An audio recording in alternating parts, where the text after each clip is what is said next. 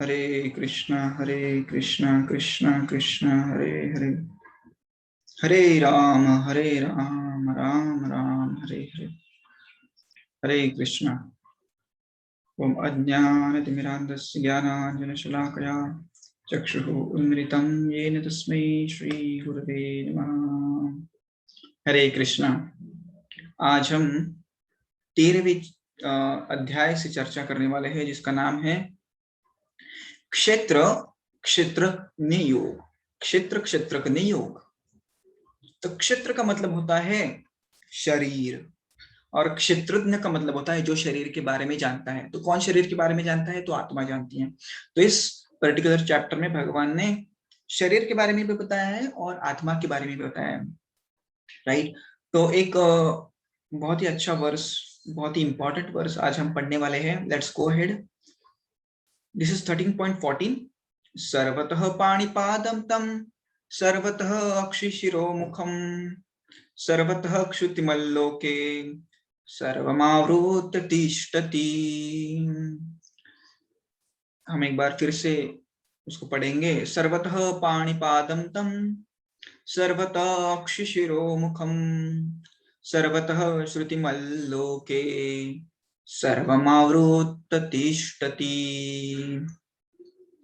बहुत ही simple meaning है इसका। सर्वतः पाणिपादं तं, सर्वतः मतलब एवरीवेयर, सब जगह पे। पानी, पानी का मतलब होता है हाथ। पादम का मतलब होता है पैर। सब जगह पे मेरे हाथ और पैर है।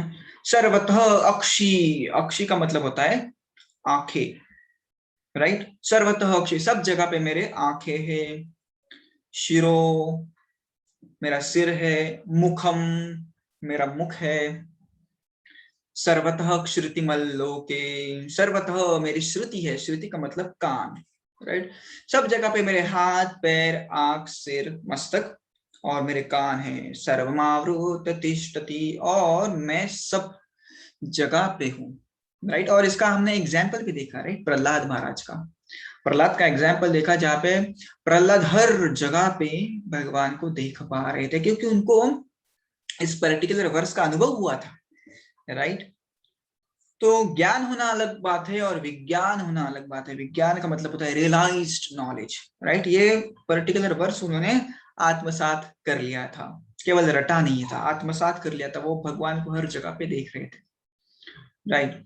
तो सर्वतः पाणिपादम, तुम हर जगह पे भगवान की हाथ पैर। तो भक्तों को, भक्त कहाँ पे भी भगवान को अर्पण कर सकते हैं कुछ भी, राइट।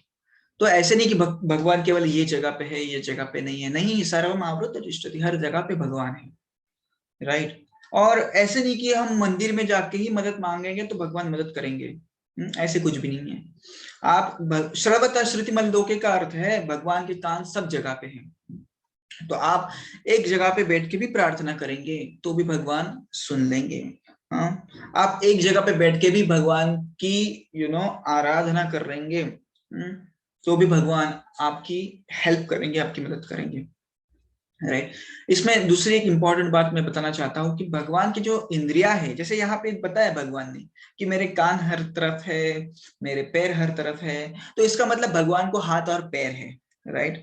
तो कोई व्यक्ति होते हैं जो निराकारवादी, हम उन्हें कहते हैं। तो निराकारवादी का अर्थ होता है वो जो भगवान के आकार के ऊपर विश्वास नहीं रखते। वो कहते हैं कि भगवान को कुछ आकार नहीं होता, परंतु आप भगवत गीता ठीक से पढ़ेंगे, राइट, और हर जगह पे भगवान ने ये बताया कि मेरा स्वरूप है, राइट, मेरा स्वरूप है। परंतु भगवान को कोई कोई लोग मानते कि वो शक्ति है, भगवान केवल शक्ति है, परंतु ऐसा नहीं। भगवान शक्तिमान है, और शक्तिमान को हमेशा फॉर्म होता है। इसलिए भगवान की शक्ति को कहा जाता है ब्रह्म ज्योति, राइट। और भगवान खुद के धाम में विराजमान है, तो भगवान को फॉर्म है, भगवान का एक स्वरूप है। और अपनी अपनी अंडरस्टैंडिंग के अनुसार ऋषि मुनि उनकी पूजा करते हैं। कोई निराकार की पूजा करता है तो ब्रह्म ज्योति में विलीन हो जाता है। कोई साकार रूप की पूजा करता है, जैसे विष्णु हो गए, राम हो गए, नरसिंह हो गए, भगवान श्री कृष्ण हो गए, उनकी उपासना करता है तो उनके धाम में जाता है। परंतु कोई उनके स्वरूप के ऊपर विश्वास नहीं रखता। कोई सोचता है नहीं नहीं, उनका कोई हाथ पैर नहीं है, ना कुछ उनका कुछ कान वगैरह है, वो तो निराकार है, निराकार प्रकाश है, शक्ति है, ब्रह्म ज्योति है। तो उनका जो डेस्टिनेशन होता है, उनको वो मोक्ष मिलता है, मोक्ष, राइट। परंतु जो भक्त होते हैं उन्हें मोक्ष नहीं मिलता, वो भगवत धाम जाते हैं, right. It is higher than moksha. मोक्ष का मतलब होता है विलीन हो जाना, शांति में विलीन हो जाना, उसे मोक्ष कहते हैं। परंतु भगवत धाम का जाने का अर्थ होता है वो भगवत धाम जाते हैं और भगवान के साथ लीला करते हैं, आदान प्रदान करते हैं, आनंद लेते हैं, राइट। तो इस श्लोक में हम दो चीजें सीखते हैं। एक है भगवान को फॉर्म है, भगवान का स्वरूप है, राइट। उनको हाथ पैर है। कोई लोग कहते हैं कि कैसे, मतलब भगवान को हाथ पैर हो सकते हैं, क्या वो हमारे जैसे है? नहीं नहीं, आपके जैसे नहीं है, आप भगवान जैसे हैं। जैसे आप यदि बाइबल में पढ़ेंगे तो वहां पे लिखा है कि man is made in the image of God, God is not made in the image of man. जैसे कोई कोई लोग पूछते हैं ना प्रश्न कि भगवान का स्वरूप हमारे जैसा कैसा है, भगवान को भी हाथ पैर है, हमारे जैसे कैसे दिखते हैं भगवान? भगवान आपके जैसे नहीं दिखते, आप भगवान के जैसे दिखते हैं, राइट। तो हमें ये चीज समझनी है कि भगवान को भी फॉर्म है, परंतु वो जो फॉर्म है, जो स्वरूप है, वो पंच महाभूत से नहीं बना है, मैटर से नहीं बना है, वो स्पिरिट है, स्पिरिचुअल है, आध्यात्मिक शरीर है उनका, सत चित और आनंद है। सत का मतलब होता है इटर्नल, चित मतलब फुल ऑफ नॉलेज, और आनंद आनंदमय हो शरीर, कभी उसमें दुख पैदा नहीं होता। जैसे हमारे शरीर में दुख, प्रॉब्लम्स तो पैदा होते रहता है, अभी कभी बैक पेन होगा तो कभी हेडेक होगा, राइट। तो उस प्रकार से भगवान का शरीर नहीं है, वो पूरी तरह से आध्यात्मिक है, भौतिक रोगों से परा है। दूसरी चीज हम इस पर्टिकुलर श्लोक से सीखते हैं कि भगवान का एक जो इंद्रिया है वो दूसरे इंद्रिय का भी काम कर सकता है। जैसे ये मेरा नाक है, नाक का काम होता है केवल सुगंध लेना वगैरह वगैरह, राइट। परंतु मैं नाक से सुन नहीं पाऊंगा, मैं सूंघ पाऊंगा पर सुन नहीं पाऊंगा, देख नहीं पाऊंगा नाक से, राइट। परंतु भगवान का वैसा नहीं है। भगवान का एक इंद्रिया अनेक विध इंद्रियों की काम करते हैं। जैसे भगवान केवल भोग को देखते हैं, राइट। बहुत लोग प्रश्न पूछते हैं कि हम भगवान को भोग अर्पण तो कर रहे हैं परंतु भगवान ने खाया ही नहीं उसको। तो उसका उत्तर ऐसा है कि भगवान केवल देखने मात्र से उसको खा लेते हैं। अश्नामी प्रयत आत्मन, जैसे हमने 9वें अध्याय में पढ़ा इसको, राइट। पत्रम पुष्पम फलम तोयम यो मे भक्त्या प्रयश्यति तत अहम भक्ति उपरीतम अश्नामी प्रयत आत्मन। तो भगवान जो है केवल देख के उसका उस भोग को खा लेते हैं। तो ऐसे नहीं वो प्रत्यक्ष रूप से खाएंगे, नहीं।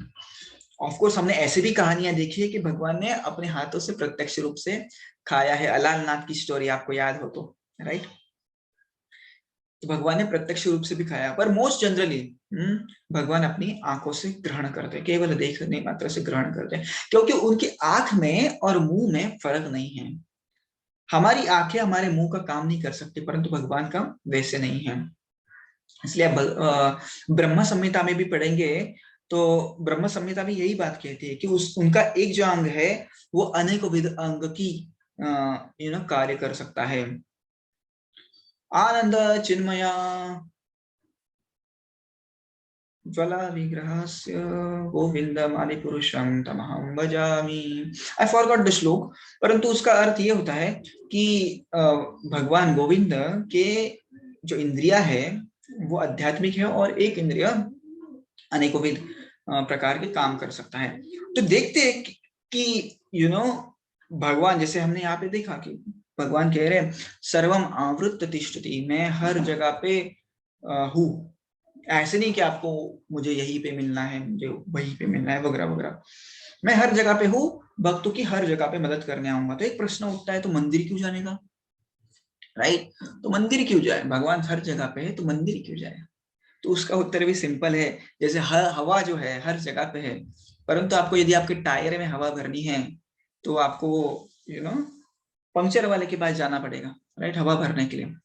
उसी प्रकार से भगवान तो हर जगह पे है, पर हमारी इंद्रियां इतनी परफेक्ट नहीं है कि हम उनको हर जगह पे देख पाए, उनका अनुभव कर पाए। इसलिए उनके मंदिर में जाके वहां के वातावरण का अनुभव करके हमें उस चीज की प्रचिति होगी कि हाँ भगवान यहाँ पे भी है, इसलिए हमें मंदिर में जाना चाहिए, राइट। और अब मैं एक कहानी बताने वाला हूँ कि ये कहानी इस बात को बताती है कि कैसे भगवान हर जगह पे, और ये कई सालों पहले की कहानी नहीं है, कुछ 50-60 साल पहले की ये कहानी है, तो लेटेस्ट कहानी है, राइट। तो ये जगन्नाथ जी, और जगन्नाथ जी के एक बड़े भक्त थे जिनका नाम था पारमेष्ठी, राइट। और ये Parameshthi, he was a tailor, weaver, जो कपड़े बुनने का काम करते हैं उनको वीवर कहते हैं, राइट। तो वो वीवर थे, टेलर थे,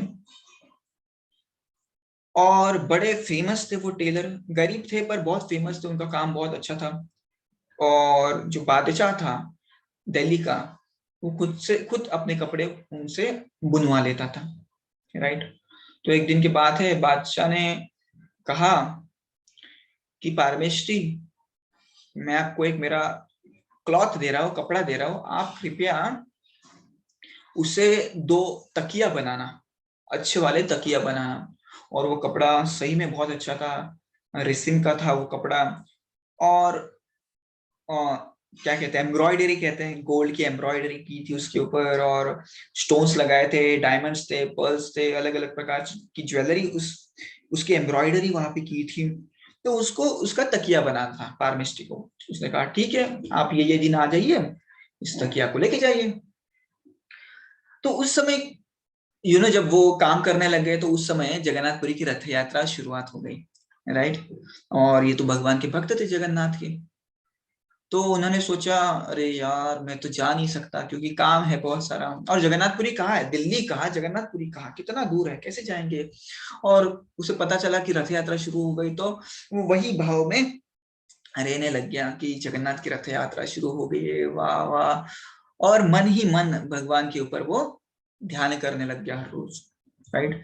तो ये दिन था जब भगवान की पहांडी होती है, और इसे पांडु विजय भी कहते हैं। इसमें क्या होता है, भगवान की जो मूर्ति है, अर्चा विग्रह जो है, वो रत्न सिंहासन से, जो मेन मंदिर है जगन्नाथ जी का, श्री मंदिर उसे कहते हैं, उससे हम रथ के ऊपर लाते हैं, और रथ से उनको खींच के लेके जाते हैं, राइट। तो मूर्ति जो है भगवान की वो बड़ी, आपको ये पता ही है, रथ यात्रा, जरूर एक बार इस रथ यात्रा महोत्सव में जाइए, आपको इतना जबरदस्त अनुभव आएगा इस रथ यात्रा का। हर एक व्यक्ति ने यहाँ पे जरूर जाना चाहिए, इट्स टू गुड। मैं हर साल रथ यात्रा जाता हूँ, यानी मैं 15 बार मैं आज तक रथ यात्रा को जा चुका हूँ, और हर बार अलग अलग एक्सपीरियंसेस आते हैं, डिवाइन एक्सपीरियंसेस आते हैं, और बहुत बहुत बहुत अच्छा लगता है, और ये पूरा अलग ही अनुभव होता है। तो मैं हर साल बिना भूले बिना चुके जाता हूँ। तो पहाड़ी, जैसे मैं बता रहा था कि भगवान को रत्न सिंहासन से लाते हैं, और उनको, हाँ देखिए ये है, और उनको रथ के ऊपर बिठाया जाता है। तो भगवान की मूर्ति है ना, बहुत हेवी है, इट्स टू हेवी। तो क्या होता है ना, अभी ये पांडा लोग होते हैं, पंडित जी होते हैं, तो ये तो उठाते हैं, परंतु कभी कभी उनको नीचे रखना पड़ता है भगवान को, राइट। हेवी होते हैं भगवान बहुत। देखिए कितने सारे लोग भगवान की इस मूर्ति को पकड़ रहे हैं, विग्रहों को पकड़ रहे हैं, राइट। तो नीचे जो होते हैं तकिया रखे जाते हैं, नीचे तकिया रखे होते हैं।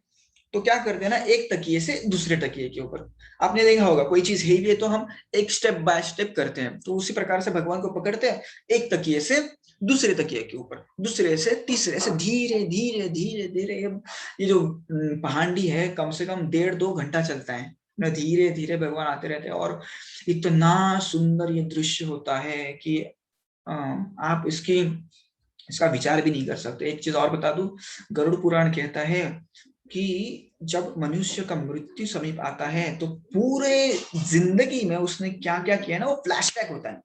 बहुत ही कम समय में सब कुछ फ्लैशबैक होता है।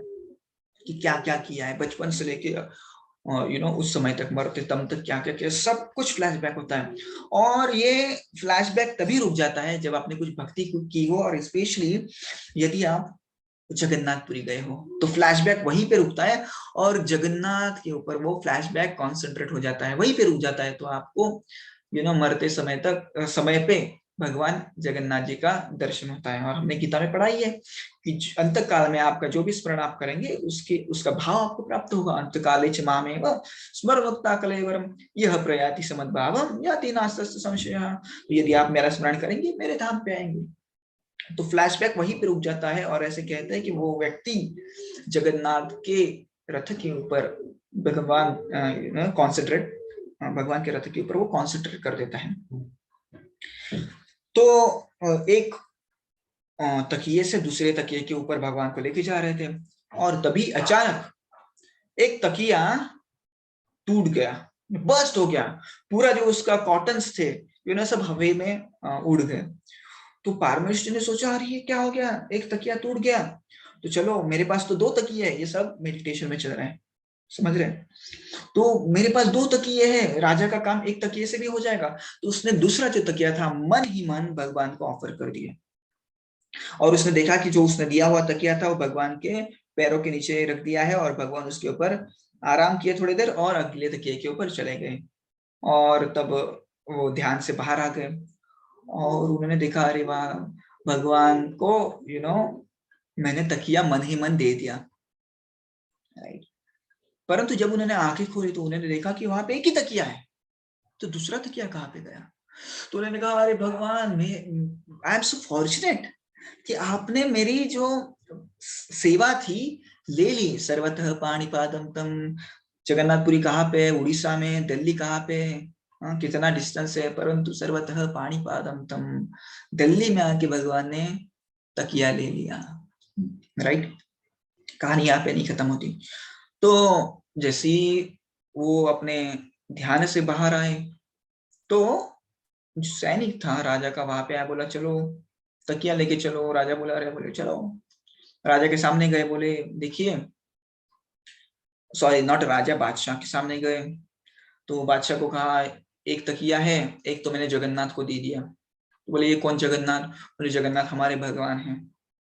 तो उसने कहा बादशाह ने, हम किसी मूर्ति के ऊपर विश्वास नहीं रखते। बाय द वे, जगन्नाथ तो पुरी में, आप दिल्ली में, इतने कम से कम समय में कैसे दे दिया। बोले नहीं, वो मेरे ध्यान में आए थे और मैंने दे दिया। बोले झूठ मत बोलो, आपको वो तकिया चाहिए था, इतना मैंने प्रीशियस ज्वेल्स का, स्टोन्स का बनाया था, गोल्ड का बनाया था, और आपने ऐसी खुद के लिए रख दिया। ये आपने मेरा अपमान किया है, तो चलो आपको मैं जेल के अंदर डालूंगा। बोले नहीं नहीं, सच में जगन्नाथ ने लिया। तो उसने कहा ठीक है, जगन्नाथ ने लिया ना, आपसे लेना तो आपको बचाने को भी वही आएंगे, चलो आप। तो उसको लेके गए और उसको जेल में ही बंद कर दिया। अभी वो सोचने लग गया अभी क्या करूं, राइट। तभी भगवान से प्रार्थना कर दी। भक्तों को भक्त क्या करते हैं, राइट। कुछ भी परेशानी हो जाए तो कौन है उनके सेवियर, कृष्ण। तो भगवान से प्रार्थना करने शुरू कर दी। और रात के समय में भगवान जगन्नाथ खुद उस बादशाह के सपने में आए, और उसको इतना मारा, इतना पीटा भगवान जगन्नाथ ने, राइट। बहुत मारा, बहुत पीटा उसको, और कहा कि आपकी हिम्मत कैसे हुई कि मेरे भक्त को आपने जेल के अंदर डाल दिया, राइट। और बाय द वे, ये आप सोना हीरा कह रहे हैं, वो आप किसने दिया, ये सब मेरे से तो आता है। अहम सर्वस्य प्रभो मत्तः सर्व प्रवर्तते इति मत्वा भजन्ते मां बुधा भाव समन्विता। सब कुछ मेरे से तो आता है, आप कौन हो। तो बहुत मारा, और वो उनको लगा कुछ सपना है। बाहर आके देखे, उठ के देखे तो सच में उनके जो शरीर के ऊपर थे वो मार्क्स थे मारने के। तो वो भागते भागते गए और उस जेल में गए। तब तक उन्होंने देखा कि जो इसके पारमिष्ट के हाथ पैर जो थे वो खुले थे, उनको भगवान ने ऑलरेडी छोड़ दिया था, भगवान ने खुला कर दिया था। तो राजा ने, बादशाह ने खोला दरवाजा और उनकी क्षमा मांगी। इतना ही नहीं, दूसरे दिन उनका अभिषेक किया गया, पारमिष्टि का अभिषेक किया गया, राइट। उनको पूरे गांव, नॉट गांव में, पूरे दिल्ली में घुमाया गया, हाथी के ऊपर बैठा के घुमाया गया और बादशाह ने कहा कि आज से आप मेरे गुरु हैं। इस प्रकार से हम समझते कि भगवान के भक्त कहीं पे भी हो, कहीं पे भी प्रार्थना कर रहे हो तो भगवान उनकी प्रार्थना का जरूर ग्रहण करते हैं। राइट, सर्वतः पाणिपादम तम, हर जगह पे मेरे पैर है, हर जगह पे मेरे हाथ है। तो ऐसे नहीं कि भगवान को कुछ रिस्ट्रिक्शन से आपको मदद करने के लिए, नहीं, आप पुकार के तो देखो। इसलिए हमने कहा है, इस श्लोक का हमने अर्थ दिया है, God is everywhere and available for everyone. भगवान हर जगह पे है और हर हर एक के लिए वो अवेलेबल है। ये आपका काम है आपको बुलाना है कि नहीं, राइट, ये आपका काम है। आपको उनकी मदद चाहिए तो बुलाइए, नहीं चाहिए तो मत बुलाइए, वो तो सब जगह पे है। In conclusion, Krishna is not from far from any living entity, हर जीव के वो पास में है। सुहृदः सर्वभूतानां ज्ञात्वा माम शांति मृष्यति। 5.29 में हमने देखा कि कृष्ण कहते हैं हृदय के भीतर हो। कृष्ण कह रहे हैं इस श्लोक में, ठीक है मैं हृदय के भीतर भी हूँ, सर्वम आवृत्त तिष्ठति, मैं बाहर भी हूँ, राइट। तो हमारे अंदर में और हमारे बाहर में भी कृष्ण है, पर हमारा ये कर्तव्य है कि उनको जाने और उनकी उपासना करें, राइट, उनकी मदद मांगे, right. Whoever calls out to him sincerely, now this is very important, तो जो भी उनको पुकारेगा उनकी वो मदद करेंगे, right, in various form to reciprocates according to degree of their faith. तो अलग अलग प्रकार से वो अपने भक्तों के लिए आ जाते हैं। जैसे भी उनकी श्रद्धा हो, उस श्रद्धा के श्रद्धा जितनी भी उनकी श्रद्धा हो, उस श्रद्धा के अनुसार वो रेसिप्रोकेट करते हैं, राइट।